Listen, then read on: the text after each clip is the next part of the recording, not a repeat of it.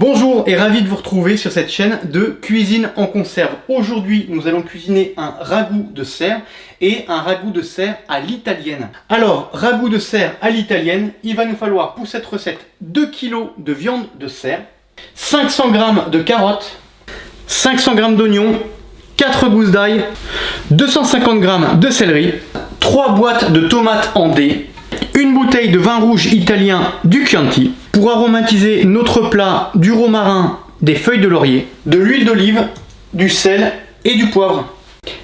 Et c'est parti!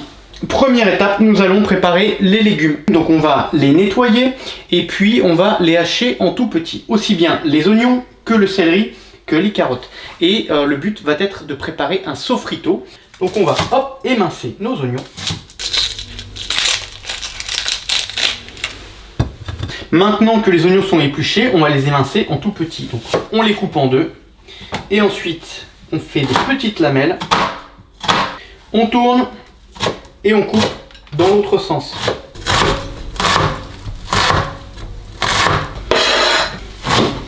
Alors le plus délicat dans cette recette va être de s'appliquer à la découpe des ingrédients le plus finement possible. Et voilà pour notre dernier oignon. On va maintenant nettoyer et hacher finement nos branches de céleri.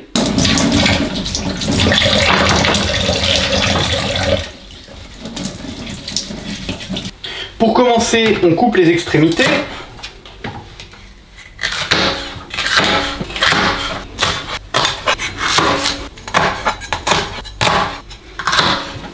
Et voilà la dernière. Maintenant, on va hacher finement notre céleri. On va essayer de faire des morceaux à peu près de la même taille que nos oignons. Des petits morceaux. Donc, dans le sens de la longueur, on va faire des lanières comme ceci.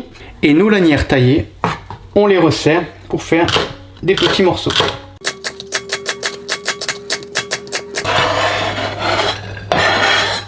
Le hachage fin est important, c'est ce qui fait la finesse de ce plat.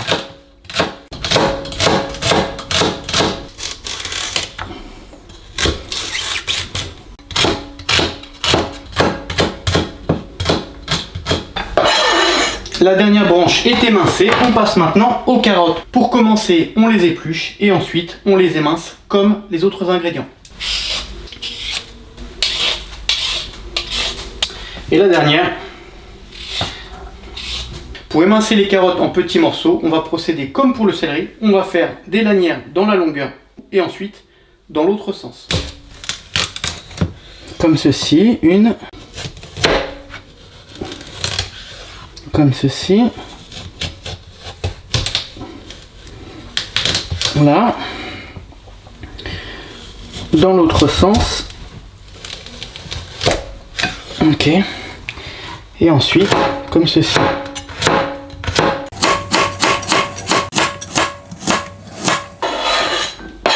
Et on obtient des tout petits morceaux de carottes. Et voilà pour notre dernière carotte. Maintenant, on va passer côté cuisson. Dans une marmite, on fait chauffer un filet d'huile d'olive. Et dans l'huile d'olive, on va mettre oignons, céleri, carottes pour préparer notre sofrito.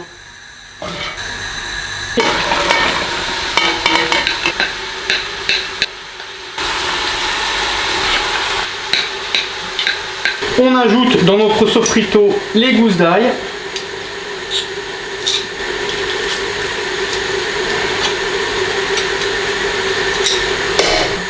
On mélange le tout ensemble. Et pendant ce temps, on va préparer notre viande de cerf. Préparation de la viande de cerf, on va chercher à obtenir des petits morceaux comme pour nos légumes. Donc deux solutions pour ça. Soit on va hacher la viande au couteau, soit on utilise le hachoir, mais on n'utilisera pas une matrice classique comme ceci. On utilisera une matrice avec un plus gros diamètre. Ici, dans notre cas, on va faire un hachage au couteau. Les deux solutions vont très bien, mais aujourd'hui, on va le faire au couteau. Donc nos morceaux de viande, on va les couper en tout petits morceaux. Comme ceci.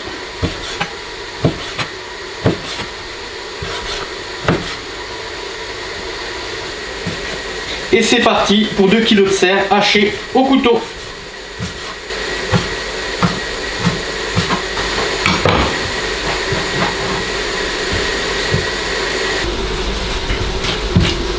Également, on profite du hachage pour retirer tout ce qui est tendon et ce genre de choses dans la viande. Là, typiquement, ça dans notre préparation, on n'en veut pas, donc on va hacher par-dessus.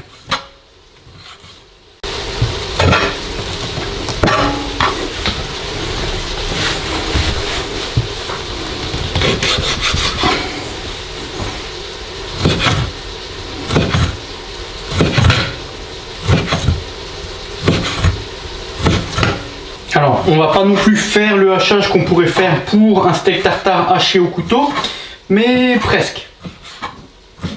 On essaye d'avoir des morceaux qui sont petits. Le but ensuite avec cette recette, c'est qu'on va servir avec un plat de pâtes par exemple, sur un plat de pâtes, et qu'on n'ait pas besoin d'utiliser son couteau pour manger la viande. Le dernier morceau.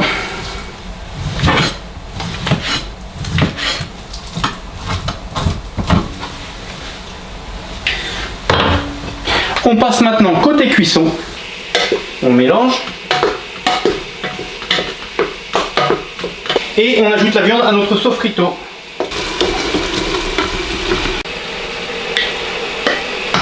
On mélange et on fait dorer notre viande.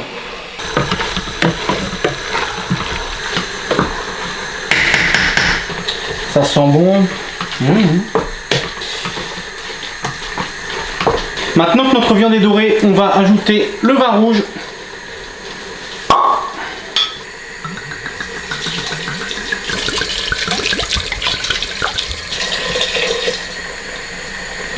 Et on mélange à nouveau.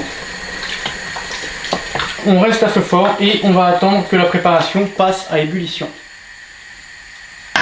On ajoute maintenant la tomate.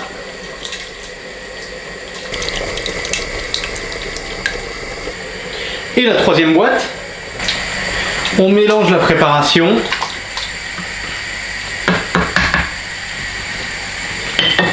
Les feuilles de laurier et le romarin. On sèle, on poivre. Alors le sel, le poivre, c'est toujours pareil, on peut toujours en ajouter, on ne peut pas en retirer. Donc il vaut mieux y aller progressivement, goûter et réajuster.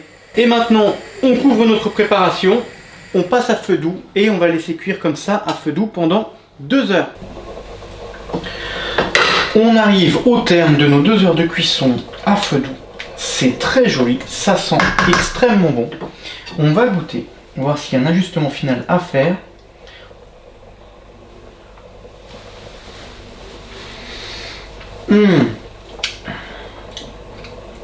C'est extrêmement bon.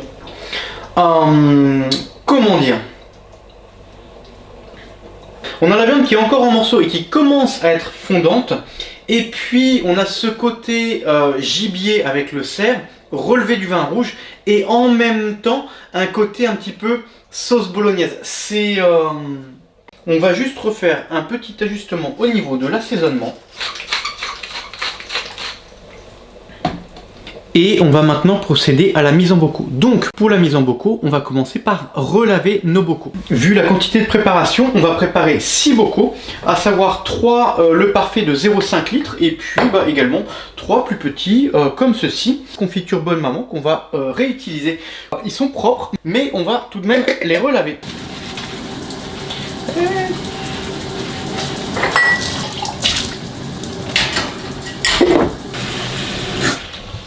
Également, on va faire chauffer une petite casserole d'eau pour faire bouillir nos joints et couvercles de bocaux pendant 5 minutes. Notre casserole d'eau est maintenant à ébullition. On plonge les couvercles et les joints.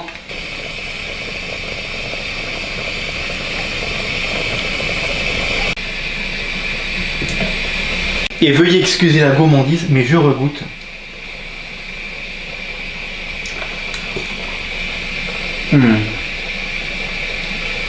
Bon, on va maintenant mettre tout ça en bocaux, mais je suis pas sûr que les bocaux durent très longtemps. On prend un entonnoir avec une ouverture large qui est spécialement conçue pour les bocaux. Ça nous permet d'éviter de mettre de la préparation sur le rebord des bocaux, ce qui pourrait entraver notre stérilisation.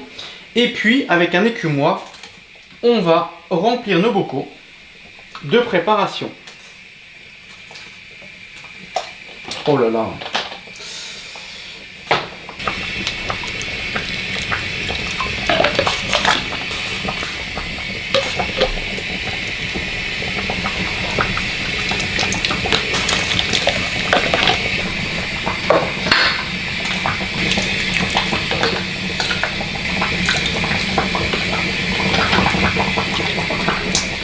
Voilà. Un point important, on fait attention à bien laisser 1 cm entre le rebord du bocal et le niveau du liquide. Ici, on peut remettre encore un peu de préparation. Comme ceci. C'est chaud.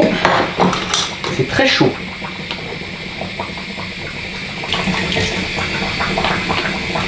Et voilà pour nos 6 bocaux. Pour ce qui est du fond de marmite, il y a de quoi refaire un autre bocal, mais on va laisser place à la gourmandise et consommer ce soir. Et puis pour nos joints et couvercles, ça fait 5 minutes. On va juste les déposer sur les bocaux. C'est chaud. Concernant les joints, hop, on fait attention où on positionne la languette, pas trop proche du mécanisme ici et pas trop proche de l'ouverture. On le met bien au milieu pour pouvoir ouvrir nos bocaux plus facilement. Et puis, hop, voilà. On rentre bien dans la languette. Et le dernier, pareil. Hop, comme ceci. Et on ferme nos bocaux. Et de 1, 2, 3. Ici, on ferme, mais sans forcer. Comme on remplit une grande marmite d'eau chaude, à peu près à la moitié. Et on la fait chauffer sur le gaz. Et lorsque l'eau de notre marmite sera à la même température que nos bocaux, on plongera nos bocaux dans la marmite pour éviter le choc thermique. En effet, le choc thermique sur le verre pourrait faire éclater l'un de nos bocaux. Ce serait dommage de perdre de la préparation. On est à la même température, on peut plonger nos bocaux. On commence par les plus gros. Le troisième. Et on termine par les plus petits. 4, 5 et le 6e au milieu. Yes! Parfait. On attend que l'eau passe à ébullition et lorsque l'eau sera à ébullition, on va compter 1h30 de stérilisation. Stérilisation et fin de cuisson, ce qui va rendre la viande encore plus tendre. Notre marmite est à ébullition, on va couvrir et réduire le feu pour économiser de l'énergie. Et on compte 1h30 de cuisson stérilisation à partir de maintenant. Et pendant ce temps, avec le reste de préparation, eh bien un petit plat de pâte Barilla.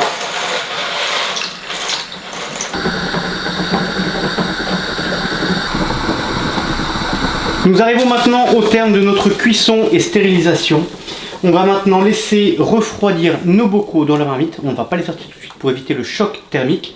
Et puis lorsque nos bocaux seront froids, eh bien on les sortira, on mettra des étiquettes avec ce qu'il y a dessus, la date à laquelle ça a été préparé, et on stockera nos préparations à l'abri de la lumière. En attendant, moi je vous souhaite un très bon appétit.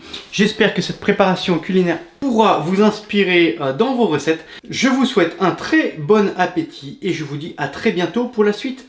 Ciao!